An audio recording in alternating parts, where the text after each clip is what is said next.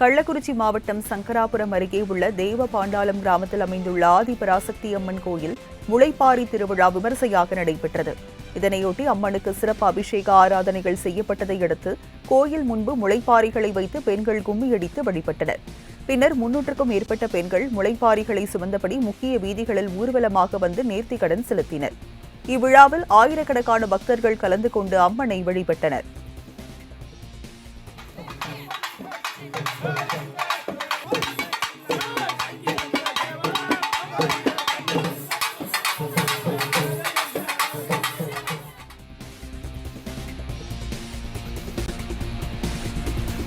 நாகை மாவட்டம் வேதாரண்யம் அருகே உலக நன்மை வேண்டி நடைபெற்ற 1008 திருவிளக்கு பூஜையில் திரளானோர் கலந்து கொண்டனர். வண்டுவாஞ்சேரி கிராமத்தில் உள்ள வண்டுரை மாரியம்மன் கோயிலில் உலக நன்மை வேண்டியும் விவசாயம் செழிக்கவும் 1008 திருவிளக்கு பூஜை நடைபெற்றது. இதில் திரளான பெண்கள் பங்கேற்று விளக்கில் தீபம் ஏற்றி பாடல்கள் பாடி அம்மனை வழிபட்டனர். தொடர்ந்து அம்பாளுக்கு சிறப்பு அபிஷேக ஆராதனையும் சந்தனக்காப்பு அலங்காரமும் நடைபெற்று மகா தீபாராதனை காண்பிக்கப்பட்டது.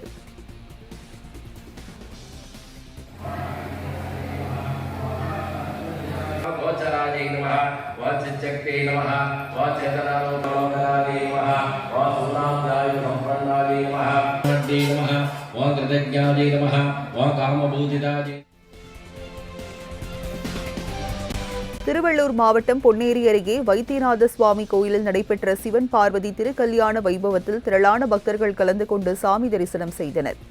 வேண்பாக்கத்தில் உள்ள தையல் நாயகி சமேத வைத்தியநாத சுவாமி கோயிலில் மகா குடமுழுக்கு நிறைவடைந்த 48வது நாளையொட்டி மண்டல அபிஷேகம் நடைபெற்றது. இதன் ஒரு பகுதியாக சிவபெருமான் பார்வதி திருக்கல்யாணம் வைபவம் நடைபெற்றது.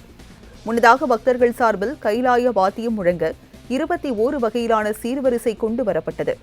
இதனைத் தொடர்ந்து சிவபெருமானுக்கும் பார்வதி தாயாருக்கும் திருக்கல்யாண வைபவம் வெகு விமர்சையாக நடைபெற்றது. இதில் திரளான பக்தர்கள் பங்கேற்று சாமி தரிசனம் செய்தனர்.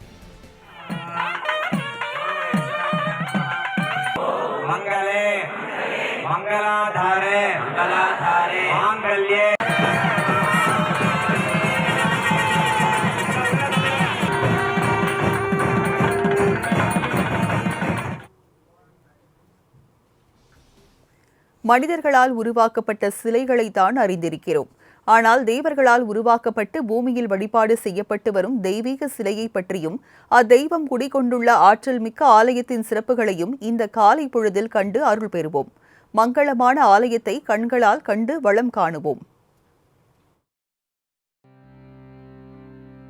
அறிவியல் வளர்ச்சியடையாத காலத்தில் கட்டடக்கலை வல்லுநர்களும் சிற்பிகளும் பிரம்மாண்டமான ஆலயங்களை உருவாக்கியது எப்படி? இன்றளவும் நினைத்து பார்க்க முடியாத கட்டடக்கலைகளை நிர்மாணித்தது எப்படி? ஆற்றல் மிகுந்த தெய்வ சிலைகளை செதுக்கியது எவ்வாறு என்ற கேள்விகளுக்கு இதுவரை விடைகள் கிடைக்காமல் இருப்பதுதான் வியப்பை தருகிறது. கோவிலை கட்டிய கோமானும் சிலைகளை வடித்த சிற்பிகளும் தனது படைப்பை இறுதி செய்யும் வரை தன்னிலை மறந்து இறைநிலையில் இருந்ததாக வரலாறுகள் தெரிவிக்கின்றன. மனிதர்களால் உருவாக்கப்பட்ட சிலைகளைத்தான் அறிந்திருக்கின்றோம். ஆனால் தேவர்களால் உருவாக்கப்பட்டு பூமியில் வழிபாடு செய்யப்பட்ட தெய்வீக சிலையை பற்றி தெரிந்து கொள்வோமா? வழி வழியாக பல்லாண்டு காலம் அபிஷேகங்கள் செய்யப்படாமல் ஆராதனைகள் மட்டுமே நடத்தப்படும் ஆற்றல் மிகுந்த தெய்வத்தை பற்றி தெரிந்து கொள்வோம். கடல் நுரையால் உருவாக்கப்பட்டு இந்திரனால் ஆலயத்தில் வைத்து பூஜிக்கப்பட்ட மூலக்கடவுளின் அற்புதங்களை அறிந்து கொள்வோம். வணங்கினால் வற்றாத செல்வத்தை தரும் வெள்ளை விநாயகரை தரிசிப்போம் திருவலஞ்சுழியில்.